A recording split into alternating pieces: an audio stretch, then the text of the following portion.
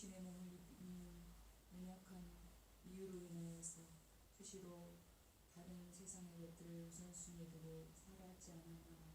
우리의 자신의 시간 돌아보게 하여 주시고 하나님의 말씀보다는 다른 것들에 더 중요시하고 다른 것들에 마음을 빼앗기며 살지 않았나 하는 우리 마음을, 우리의 삶을 이 시간에 돌아보며 하나님 아버지, 우리 삶 가운데 주님이 우선순위로 삼기 위해서 날마다 우리가 의식적으로 하나님의 말씀을 가까이 하고자 하는 우리의 삶의 태도가 되도록 하나님 더욱더 우리에게 은혜를 주시옵소서. 말씀이 아니면 우리는 순간 믿음을 놓치며 살아갈 때가 많습니다.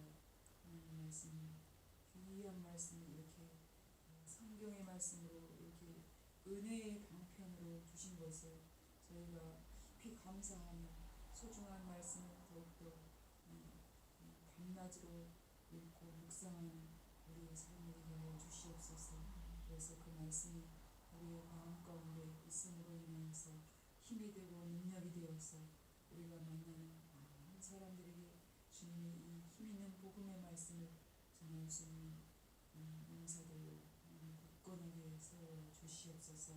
하나님, 이렇게 마지막 때를 살아가는 우리이지만 사람들은 마지막 때라고 여기지 아니하고 오늘을 즐기며 오늘이 최고의 날인 양 즐기며 살아가는 저들의 삶을 우리가 부러워하지 않게 하시고 우리는 예수 그리스도의 군사들로서 오늘이 다가오니 영원한 저 하늘의 그 생명의 그 날을 보면서 잠시 잠깐 왔다가는 하나님 나그네와 같은 이 장막을 입고 살아가는 저희의 육신 가운데 하나님 아버지 더욱더 새 힘을 주시옵소서.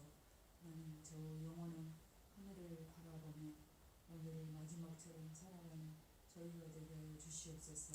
그래서 주님이 당장 내일 오실지라도 하나님 주께서 공중에 임하실 때 우리가 기뻐하며 주님을 맞을 수 있는 그러한 슬기로운 참으로 다섯처녀 같은 그러한 슬기 있는 지혜로운 다섯처녀의 삶을 살아갈 수 있도록 하나님 우리에게 더욱더 깨어있는 그러한 영성을 허락하여 주시옵소서.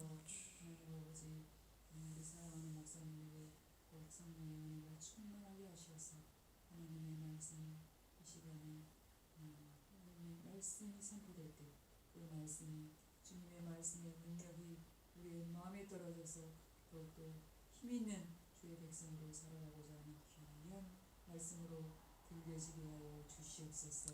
하나님 아버지, 또 이렇게 코로나로 인하여서 예배를 준비하는 성도도 있습니다. 하나님 아버지, 하지만 교회로 이렇게 나오지 않을지라도 저들의 삶의 그 위치와 자리에서 하나님을仰망하는 믿음이 끊어지지 않도록 하나님 작은 그것도 정말 태워서 주의 믿음이 이 코로나의 그 질병이 핑계가 되지 않게 하시고 이게 도리어 고난 가운데 하나님을 더욱仰망하며 예배하기를 사모하는 믿음들로 하나님 세워 주시옵소서.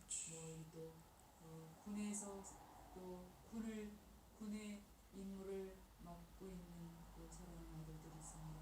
하나님, 군에서도 또 주의를 성수할 수 있는 그런 은혜를 허락하여 주시고 하나님 어디에 있든지 하나님께서 저들을 눈동자처럼 지켜주시고 주의 백성으로 살아갈 때 힘있게 살아갈 수 있는 힘을 늘 공급하여 주실 줄 믿습니다. 하나님, 이 시간도 온 대한민국 곳곳에 드려지는 예배 가운데 함께 하시고 주님 홀로 영광 받아 주시옵소서. 감사드리며 예수님 이름으로 기도합니다. 아멘.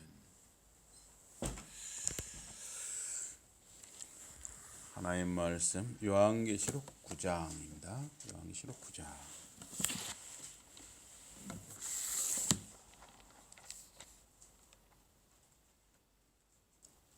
요한계시록 9장 1절부터 6.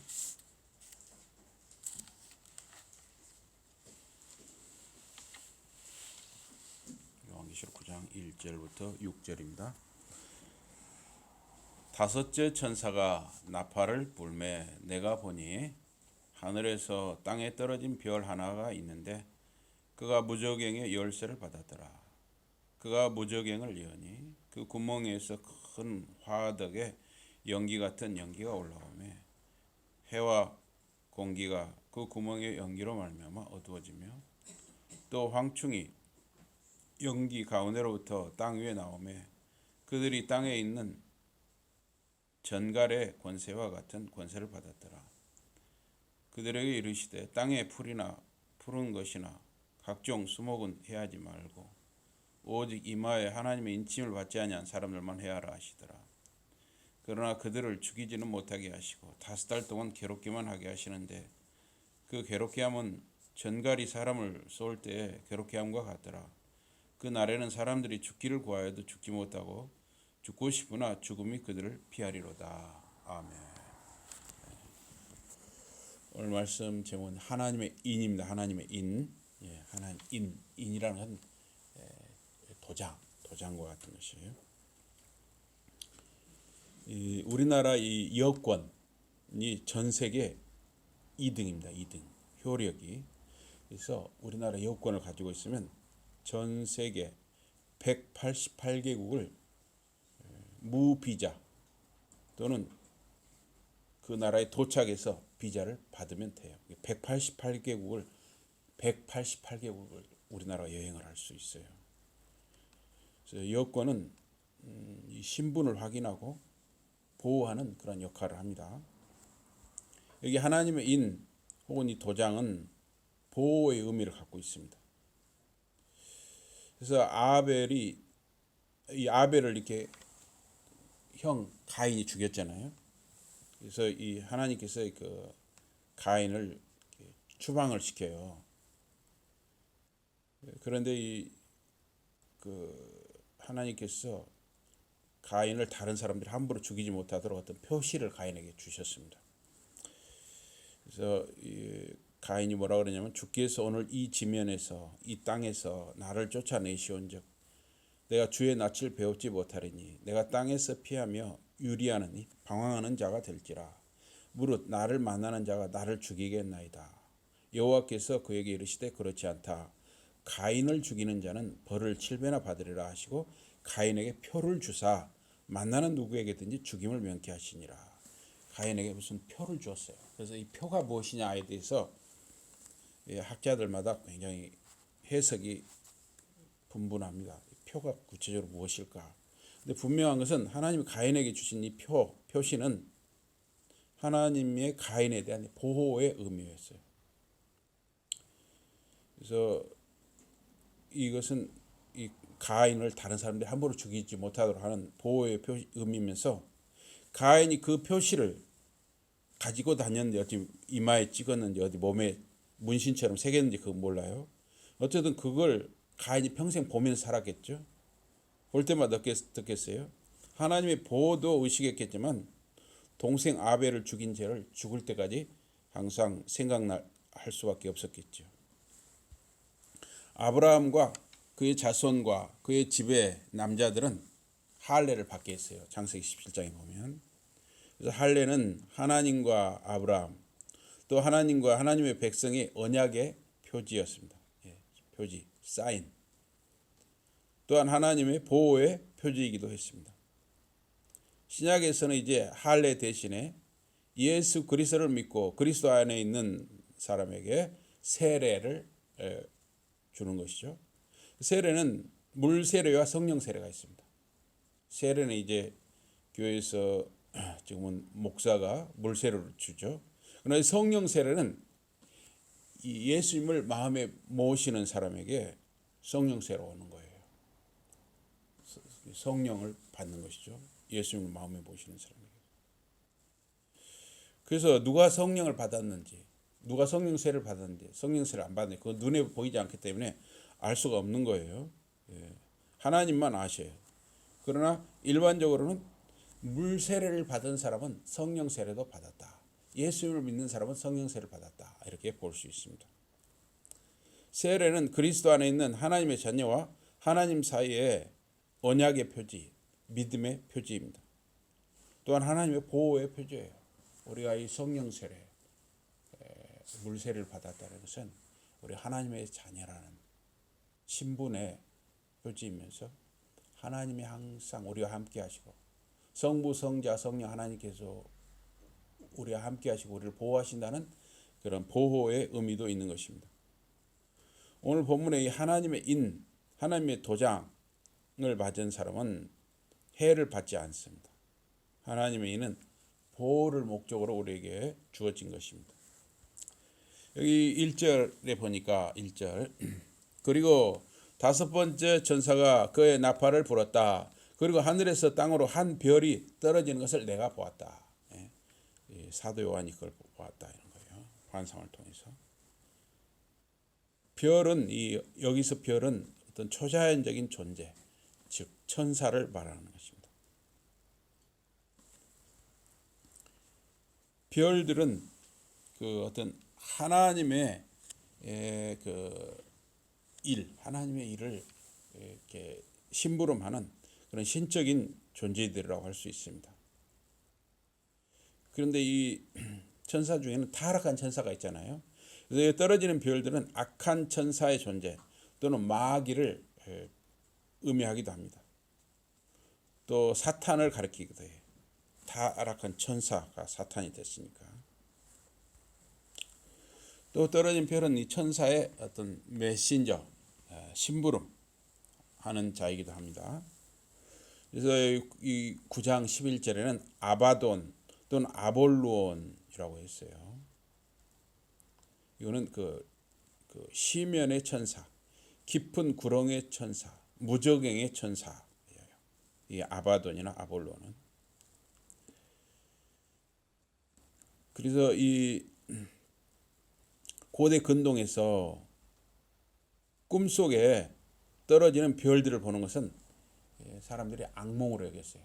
별이 이렇게 땅으로 떨어지는 것은 흉몽, 악몽으로 여기기도 했습니다. 요셉은 11개의 별들이 자기에게 절하는 꿈을 꿨어요. 별이 떨어지진 않았죠. 요셉 꿈에서는 별들이 11개의 별들이 요셉 별에게 절을 한 거예요. 이 꿈을 형들에게 말해서 요셉이 미움을 받았죠. 그러지만 나중에 실제로 11명의 형제들이 총리가 된 요셉에게 실제로 다 절을 했잖아요. 이 꿈이 이렇게 우리가 평소에 어떤 생각을 하느냐, 무엇에 관심을 갖느냐에 따라서 그런 꿈을 꿀 수가 있습니다. 그러나 특별히 이렇게 요셉이 꾼 꿈처럼 하나님이 주시는 꿈이 있어요.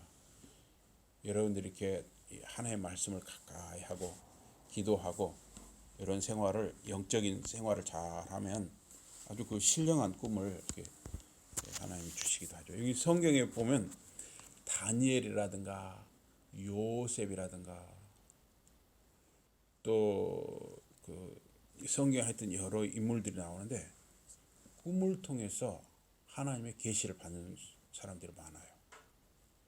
신약의 요셉도 꿈을 통해서 하나님의 계시를 받았죠. 그에게 여기 1절 그에게 무저갱 축의 열쇠가 주어졌다 그랬어요. 이 별은 어떤 초자연적인 존재인데 무저갱의 축, 이 무저갱의 축, 무저갱 입구에 어떤 축, 문 같은 것이 있었다는 거예요. 그래서 열쇠로 문을 여는 것처럼 그 축은 어떤 문 같은 역할을 했던 것 같아요. 그래서 그 축을 열쇠로 열면 들어가기도 하고 나오기도 하는 거예요. 이 무저갱이라는 말은 이 아부소스란 말이에요. 부소스가 바닥이란 뜻이거든요. 헬라어로 그리스 말로 바닥이란 뜻인데 아가 붙으면 낫이란 뜻이에요. 이 바닥이 없는이 되는 거예요. 바닥이 없는 땅 아래 무한한 공허 또는 지하 영역이에요. 그런데 이 바닥이 없으니까 무엇이 한번 이렇게 쑥 들어가면 계속 밑으로 내려가기만 하는 것이죠. 끝없이 밑으로 내려가는 것이죠. 계시록에는 이 아부소스, 무저갱, 바닥이 없는 이 단어가 7번 나오고 있습니다. 5번째 천사가 나팔을 불며 내가 보니 하늘에서 땅에 떨어진 별 하나가 있는데 저가 무저갱의 열쇠를 받았더라. 아부소스, 바닥이 없는 그 무저갱의 열쇠를 받았더라.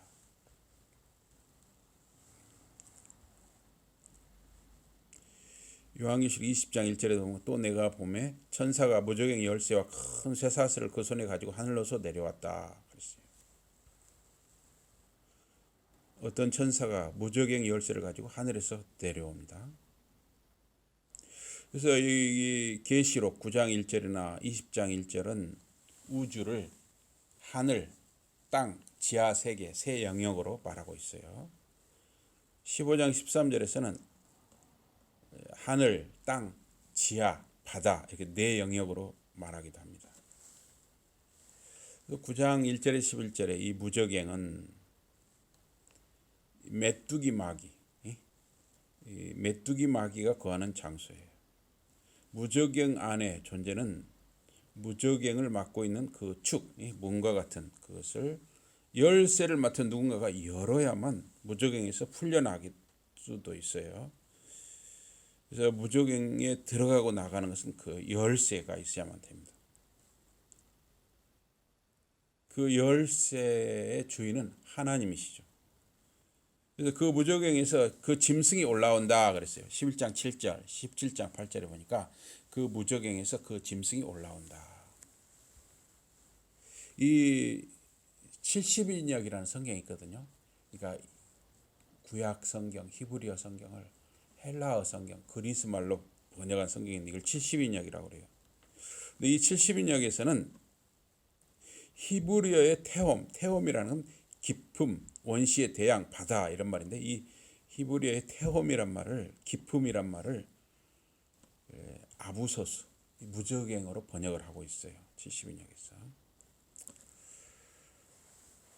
그래서 이 아부소스는 때로는 바다란 뜻이 되기도 하고 땅의 깊음이란 뜻이 되기도 해요. 그래서 아부소스라는 말은 무저갱인데 이건 지하 세계를 의미하고 또 죽은 자가 거하는 곳입니다. 이곳은 마귀들이 갇히는 장소이고 또 계시록에서 짐승이 무저갱에서 올라온다 그랬어요. 이곳은 또 사탄이 거하는 곳이에요. 또 이곳은 아바돈 혹은 아볼론, 즉 무저갱의 천사가 거하는 곳, 또 마귀들이 거하는 곳, 이것이 바로 무저갱이죠. 그래서 이 2절 상반절에 보니까 그리고 그가 무저갱의 축을 열었다. 하늘에서 내려온 천사가 하나님께 열쇠를 받아 와서 그 열쇠로 그 무저갱의 문 축을 열었어요. 그래서 지하 세계의 축은 그 하나님만이 가지신 그 열쇠와 맞는 그 문으로 막혀 있는 것이죠. 그래서 이 문은 잠겨질 수 있고 열릴 수도 있어요. 그 열쇠를 가진 사람은 하나님의 권위를 대표하는 것입니다. 그 지하 세계의 사람들은 지하의 무저갱으로부터 땅의 영역으로 통하는 문을 이렇게 임봉해서 그 지하 세계에서 나오지 못하도록 하는 거죠. 그리고 그 축에서 연기가 올라왔는데 무저갱에서 연기가 올라온 거죠. 큰 풀무의 연기와 같았더라. 이 큰 풀무라는 것은 지금으로 보면 용광로 같은 걸 생각했어요. 용광로. 그 용광로는 뭐냐면 제철소 있잖아요. 제철소, 포항제철소, 광양제철소, 뭐 현대제철소 이런 데 보면 어마어마하게 불을 고열로 녹여야 되거든요. 막 1,500도, 2,000도 가까지. 그렇게 어마어마한 불을 온도를 내려면 그 불이 얼마나 뜨겁겠어요. 그게. 또 유리도 마찬가지. 유리도 1000도에서 1500도 사이까지 올리거든요. 돌을 막 녹이니까. 그래서 이 풀무는 그런 거예요. 용광로. 용광로의 연기 같았다. 그래서 그 해와 그 공중 그 대기가 그 축에서 나는 연기로 어두워졌다. 출애굽기에 이 메뚜기 재앙이 나오죠. 메뚜기가 사방 애굽 땅을 덮으니 땅이 어둡게 되었다 그랬어요. 출애굽기 10장 13절 이하에 보니까 모세가 애굽 땅 위에 그 지팡이를 들매 여호와께서 동풍을 일으켜 온 낮과 온 밤에 불게 하시니 아침에 미쳐 동풍이 메뚜기를 불어들인지라. 메뚜기가 애굽 온 땅에 이르러 그 사방에 내림에 그 해가 심하니 이런 메뚜기는 전에도 없었고 후에도 없을라라. 메뚜기가 온 지면에 덮여 나름에 땅이 어둡게 되었고 메뚜기가 우박에 상하지 아니한 밭의 채소와 나무 열매를 다 먹었으므로 애굽 전경에 나무나 밭의 채소나 푸른 것은 남지 아니하였더라 그랬어요. 그래서 메뚜기가 얼마나 많았으면 그냥 하늘이 어두워질 정도로, 땅이 어두워질 정도로. 그러니까 메뚜기가 심각하게 애굽에 그런 재앙을 가져왔던 것이죠. 추후 79년 이탈리아, 그 당시 로마 제국 베수비우스 화산, 베수비우스 화산 밑에 폼페이라는 도시가 있었거든요. 이 베수비우스 화산이 폭발해서 며칠 동안 이 화산재, 베수비우스 화산에서 폭발해서 하늘로 올라간 그 화산재가 며칠 동안 공중에 떠 있었던 거예요. 하늘을 가리고 땅이 어둡게 되었다 그랬습니다. 이 3절 상반절에 보니까 그리고 연기로부터 땅 위에 메뚜기들이 출현했다 그랬습니다. 이것들은 메뚜기를 가장한 귀신들이에요. 귀신들. 어떤 메뚜기 형상의 귀신들이라는 거예요. 귀신들의 왕은 무저갱의 천사 아바돈입니다. 그래서 이 무저갱의 사탄을 일치적으로 감금한다고 묘사하기도 하는데 20장 1절 이하에 보니까 또 11장 7절과 17장 8절에는 그 무저갱에서 그 짐승이 올라온다고 기록을 했어요. 메뚜기가 하늘과 땅을 덮어 어둡게 하는 거 아까 출애굽기 10장에 나왔던 거는 애굽에 내린 10가지 재앙 중 8번째 재앙이었어요. 또 주 79년 베수비우스 화산 폭발로 화산재가 하늘에 떠서 며칠째 땅이 어두워지기도 했습니다. 또 여기 3절 하반절에 보니까 그리고 그것들에게 전갈이 땅 위에 권세를 갖는 것과 같은 권세가 주어졌다. 전갈에 물리면은 그 독이 아주 치명적이고 고통스럽습니다.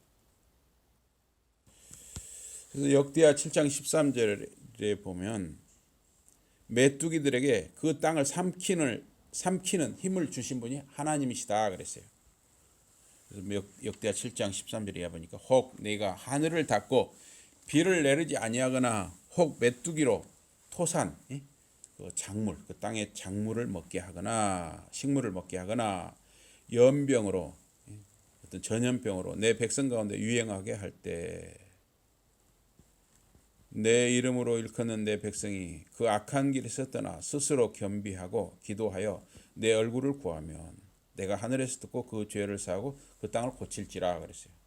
그래서 하나님께서 재앙을 내리시는 이유는 사람들이 낮아지고 겸손해지고 회개하고 기도하며 하나님을 의지하도록 하기 위한 것이다 하는 것이에요. 그래서 한 3년 가까이 지금 코로나19 이제 위드 코로나로 전환을 했지만 여전히 지금 코로나 위험이 계속되고 있죠. 이 코로나19 같은 이 전염병도 역시 우리 사람들은 다 그냥 갈수록 자기들 인간이 최고라고 생각을 하잖아요. 비행기가 나르고 우주선이 달도 가고 화성도 가고 막 하니까 인간이 자꾸 어째 교만해지잖아요. 교만해져. 또 자동차도 높은 거 타고 하니까 교만해진단 말이에요. 사람이 아는 것이 많아지고 가진 것이 많아지면 자기도 모르게 교만해져요. 예, 저도 마찬가지예요. 제가 더 많이 가지면 또 아는 것도 많아지면 누리는 게 많아질수록 자기도 모르게 교만해질 수 있어요. 여러분이나 저나 끝까지 겸손하고 이렇게 하나님 의지하고 이래야 여러분이 더 많이 물질도 그렇고 영적으로 그렇고 더 복을 주시는 것이죠. 그래서 겸손이라는 게 참 중요합니다. 겸손이라는 것도 사실은 우리가 마음대로 겸손해지는 게 아니라 하나님 은혜 아래서 겸손해지는 거예요. 그래서 여기 3절에서 5절에 보니까 수동형 동사가 많이 쓰였어요. 3절에도 보면 주었다가 아니라 주어졌다. 4절에도 보니까 지시했다가 아니라 지시를 받았다. 5절에도 보니까 주었다가 아니라 주어졌다. 이런 동사들은 다 하나님의 행위, 하나님이 하시는 일의 수동형이에요. 하나님의 행동, 하나님의 활동을 직접 언급하기보다는 이렇게 에둘러서 완곡하게 표현하시는 것이죠. 이런 표현은 마태복음 5장 4절, 마태복음 이 산상수훈 이런 데 보면 그런 표현이 맞아요. 그들을 위로할 것이다 이렇게 표현을 않고 그들이 위로를 받을 것이라. 즉 이게 하나님이 그들을 위로할 것이란 말이거든요. 근데 하나님이 그들을 위로할 것이라 않고 표현을 다 수동형으로 표현하죠. 그들이 위로를 받을 것이라. 누가 위로하겠어요? 하나님이 위로를 주시잖아요. 이런 완곡한 표현들이 성경에는 많이 있어요.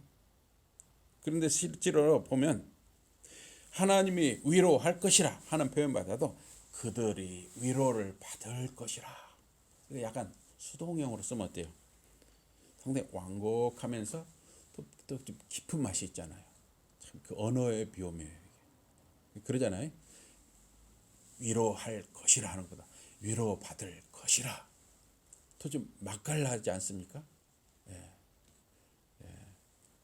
막 담은 김치도 맛있어요. 요새 이제 김장을 많이 하는데 막 김치를 막 담아가지고 말입니다. 막 담아서 그 뭐라 합니까? 하여튼 겉절이라고 합니까? 뭐라 합니까? 하여튼 그것도 맛이 있어요. 그러지만은 김치가 막 2년, 3년, 5년 돼가지고 아주 묵은지 그것도 참 또 깊은 맛이 나잖아요.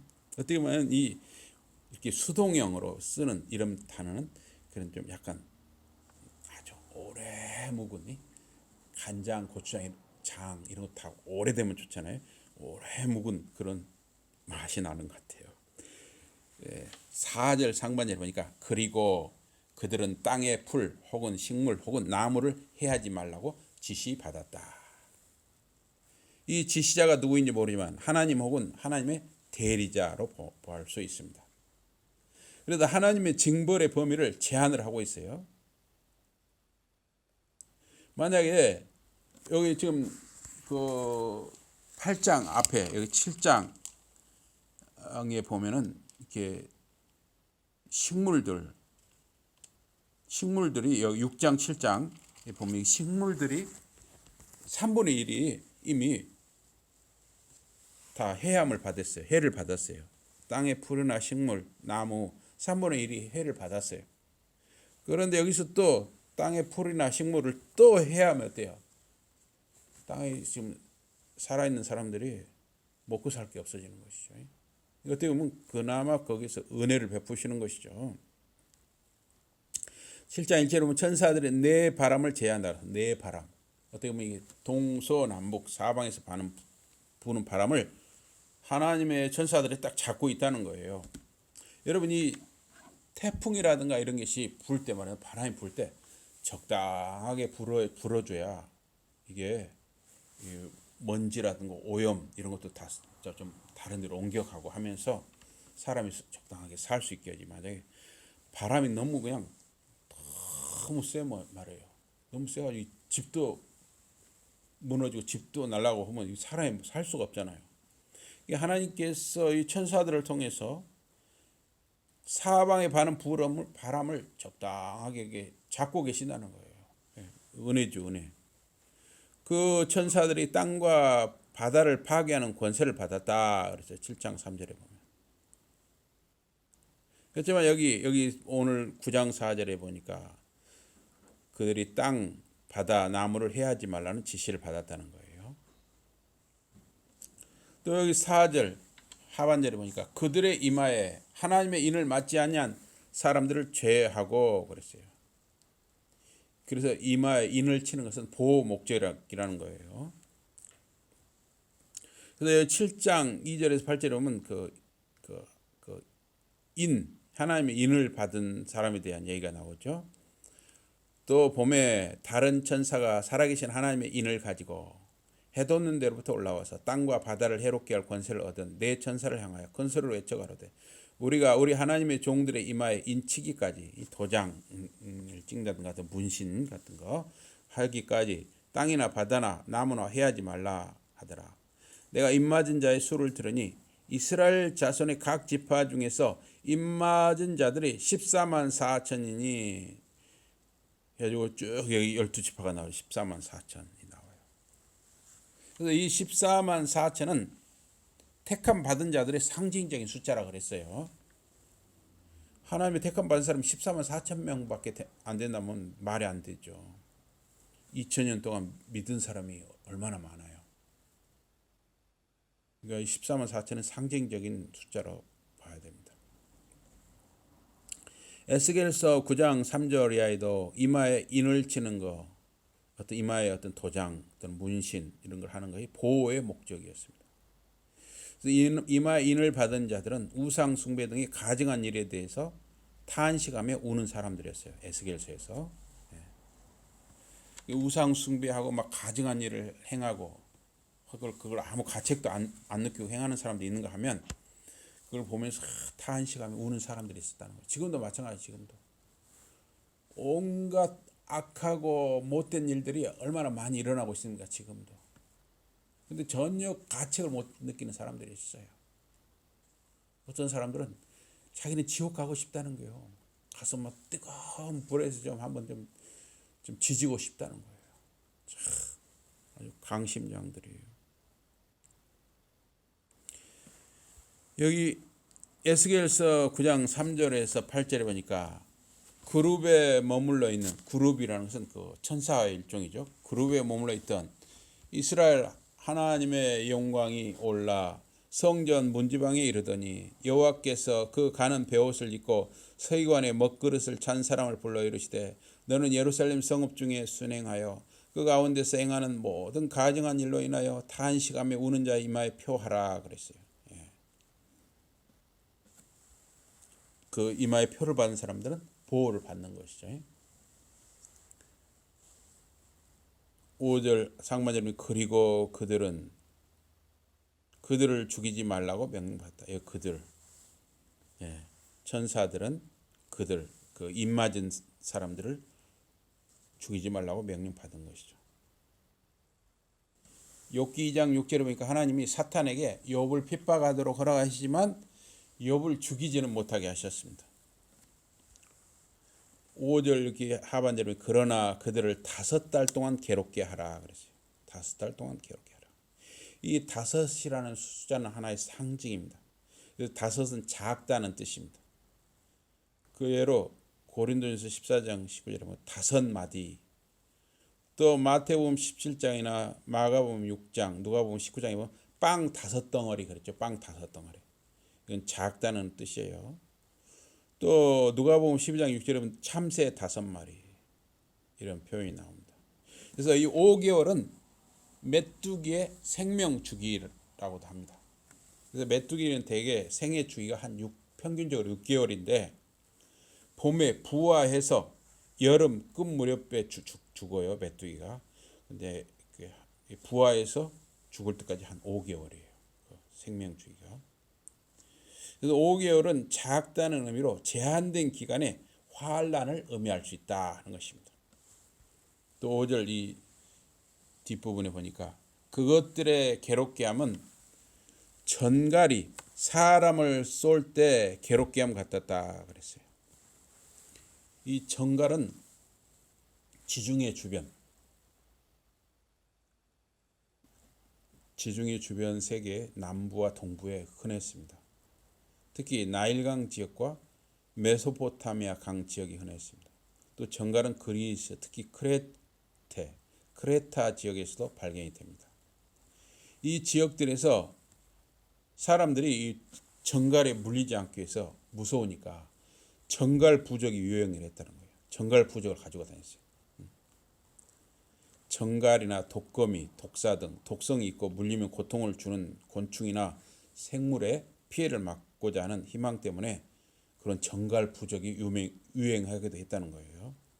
지금도 안 믿는 사람들이 무슨 이렇게 부적 갖고 다니잖아요. 또 무슨 차에도 안 믿는 사람들은 사고 안 나게 해달라고 막 명주실을 칭칭 가면 그 마른 명태 있잖아요. 이런 거 실제로 승합차나 차에 그거 달고 다니는 사람들 지금도 있더라고요. 또 어떤 사람은 차에다도 부적을 이렇게 누런 부적, 빨간 부적 이런 거 붙이고 다니는 사람도 있고 그래요. 그만큼 뭔가 다 두려움이 있는 것이죠. 안 믿는 사람들도 다 뭔가 두렵긴 두려운 거예요. 정갈은 멍에와 채찍의 은유로 쓰일 만큼 독하고 무서운 곤충이었어요. 솔로몬이 죽은 후에 이스라엘 백성의 대표들이 솔로몬의 아들 르호보암 왕에게 찾아와서 건의를 했습니다. 백성의 노역, 세금을 낮추어 달라는 것이었어요. 왜냐하면 솔로몬 왕 때 말입니다. 솔로몬이 그냥 일을 많이 벌렸어요. 이 높은 사람들이 말입니다. 쓸데없이 일을 많이 벌리면 밑에 힘없는 사람들은 힘들어요. 예. 그래서 이 대통령이나 어떤 군수 또 도지사 이렇게 책임 있는 사람들은 꼭 필요한 일, 국민들의 생활이라든가 이런 데 꼭 필요한 거, 국민들의 괴로움, 가려운 데를 긁어주는 일만 해줘야지 쓸데없이 일을 벌리면 말입니다. 결국 국민들이 힘들어요. 예. 교회도 마찬가지예요. 교회도 막 일을 벌리는 때가 있어요. 막 멀쩡한 건물도 막 부시고 새로 짓는다든가. 요 군에도 봐보시죠. 지금 얼마나 뭐 공사를 많이 하는 거 몰라요. 돈 다 써야 또 내년에 돈 주니까. 쓸데없이 일을 벌리면 말입니다. 백성들이 힘들어요. 근데 솔로몬이 사실은 백성들을 위해서 일하기보다는 자기를 위해서 솔로몬이 일을 많이 했어요. 물론 솔로몬이니까 하나님께 성전 봉헌한 거 그런 건 우리가 인정을 해야지만은. 그러니까 백성들이 그동안에 너무 괴로웠기 때문에 르호보암 왕에게 찾아왔어요. 우리가 그 당시는 옛날 우리나라 울력이라는 게 있었잖아요. 울력. 어디 가서 막 일 같은 거 도로 닦고 하는 거 울력이라고 했잖아요. 지금은 이제 그런 거 없어졌지만은 집안에서 다 한 사람씩 나가서 일을 했어야 돼요. 한나절이나 하루 일을 했어야 돼요. 우리 율성님 그 옛날에 그런 거 있었죠? 울력 있었죠, 울력? 예, 그래갖고 집에서 다 한 사람씩 나가서 일해야 하잖아요. 벌금 냈잖아요. 예. 예. 이제 안 할 거예요. 이제 그런 시절이 아니요. 이제 그렇게 하면 안 돼요. 그래서 이렇게 하니까 그동안에 백성들이 괴로웠어요. 그래서 르호보암이 젊은 왕에게 찾아가서 세금도 좀 낮춰주시고 울력, 이 강제 노역 이것도 좀 줄여주시오 했어요. 그러니까 르호보암 왕이 그 왕의 자문 신하들 있잖아요. 신하들한테 자문을 구했어요. 이거 원로들, 그 나라의 원로들, 그러니까 그 나라에서 오랫동안 그 나라에 충성했던 원로들에게 자문을 구했더니 원로들은 백성들의 말을 듣고 노역과 세금을 낮춰줘야 나라가 편안합니다. 이렇게 건의를 했어요. 그런데 이 르호보암 왕이 젊은 왕이에요. 그러니까 그 말을 안 듣고 자기 젊은 관료들, 자기 어려서부터 불알 친구들, 그 사람들을 자기 젊은 관료들을 딱 앉혀놨어요. 그래가지고 그 사람들 말을 들었어요. 그래가지고 내 부친이 너희로 무거운 멍에를 매게 하였으나 이제 나는 너희의 멍에를 더욱 무겁게 할지라. 내 부친은 채찍으로 너희를 징치하였으나 나는 전갈로 너희를 징치하리라. 젊고 혈기는 많은데 지혜가 없는 왕이죠.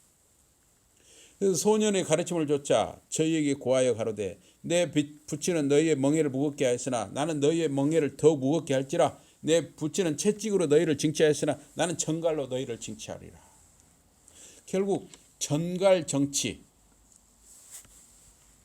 이 무서운 이런 독재 정치를 표방한 이스라엘은 남북으로 나라가 쪼개지고 말았어요. 6절 상반절에 그리고 그 날들에 백성들이 죽음을 구하나 죽지 못하리라. 인간에 대한 메뚜기 귀신들의 괴롭힘을 시적으로 표현한 것입니다. 지옥에 가면은 죽지 않고 영원히 뜨거운 그 유황불에서 고통을 당하는 것이죠. 이제 한번 지옥에 가버리면, 예수를 안 믿고 한번 지옥에 가버리면 이 지옥에서는 죽고 싶어도 죽지를 못하는 거예요. 영원히 고통을 당하는 거예요. 목마름의 고통, 뜨거움의 고통, 여러 가지 고통을 당하는 것이죠. 6절 하반절에 보니 그리고 그들이 죽음을 원하지만 죽음이 그들을 피하리라. 참 신기하죠. 이 땅에서는 어째요? 사람들이 가장 두려워하는 게 사실 어떻게 보면 죽음이라고 할 수 있잖아요. 죽음. 그런데 이제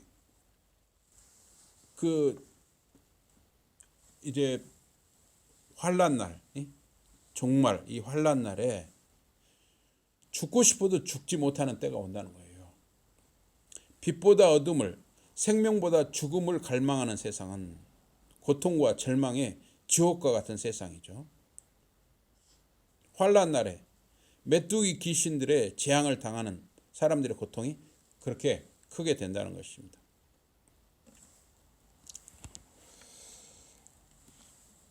이 사람들하고 이렇게 이야기를 해보면 어떤 사람도 좀 비관적으로 말하는 사람도 있어요.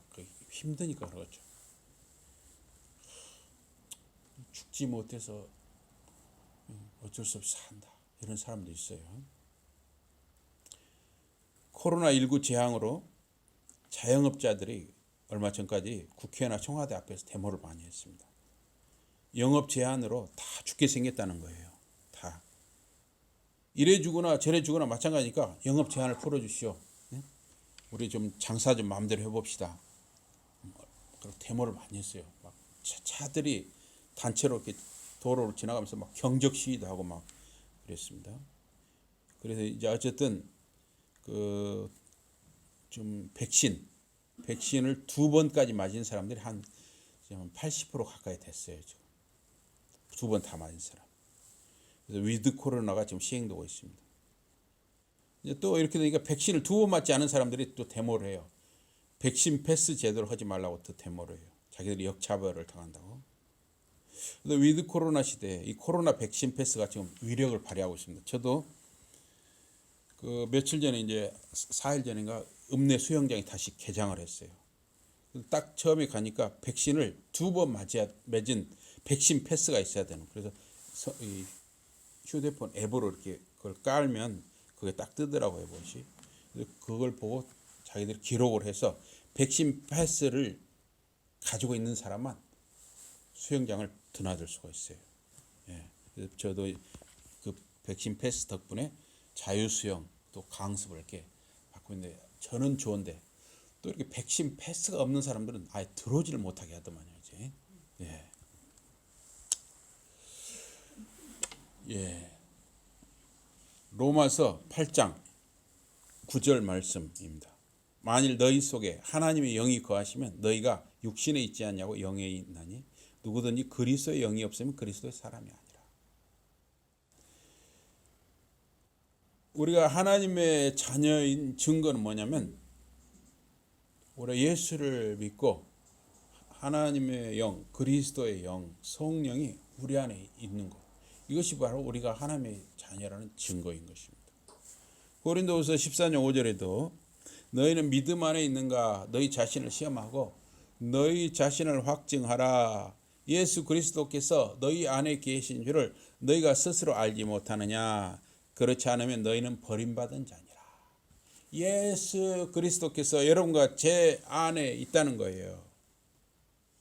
예수 그리스도가 여러분과 제 안에 있기 때문에 성령님이 여러분과 제 안에 있다는 것입니다. 그것이 바로 우리가 하나님의 자녀라는 증거이고 하나님이 우리와 함께한다는 보호의 표시이기도 한 것입니다. 그래서 예수 그리스도 안에 있는 사람은 어떤 환난이나 어려움도 두려워할 이유가 없는 것이에요. 살아도 죽어도 우리는 다 주의 것이고 하나님의 것이니까 우리는 살아있으면 하나님의 자녀로 사는 것이고 죽으면 어때요? 우리는 천국 백성이에요.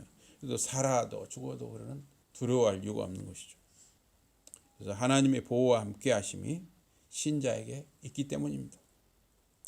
예수 그리스도 안에서 평안과 예수 재림의 소망을 가지고 살아가는 저와 여러분이 되시기를 주님의 이름으로 축복합니다. 아멘. 우리 기도하겠습니다. 하나님 아버지 고맙습니다. 우리가 살아갈 때 이런 코로나19 이 재앙뿐만 아니라 우리가 살아가면서 정말 여러 가지 일을 겪고 우리가 경험하게 되는데 어떠한 일, 어떠한 형편에서도 살아가는 성도님들이 두려워할 이유가 없고 어떠한 상황에서도 평안과 위로와 소망을 가져야 하는 것은 우리가 살아도 주의 것이고 죽어도 주의 것이며 우리가 예수 그리스도 안에 있고 성령님이 우리와 함께 하시기 때문임을 믿고 확신하며 예수 그리스도 재림을 소망하며 살아가는 우리 성도님들이 다 되게 하여 주시옵소서. 예수 이름으로 감사 기도드리옵나이다. 아멘.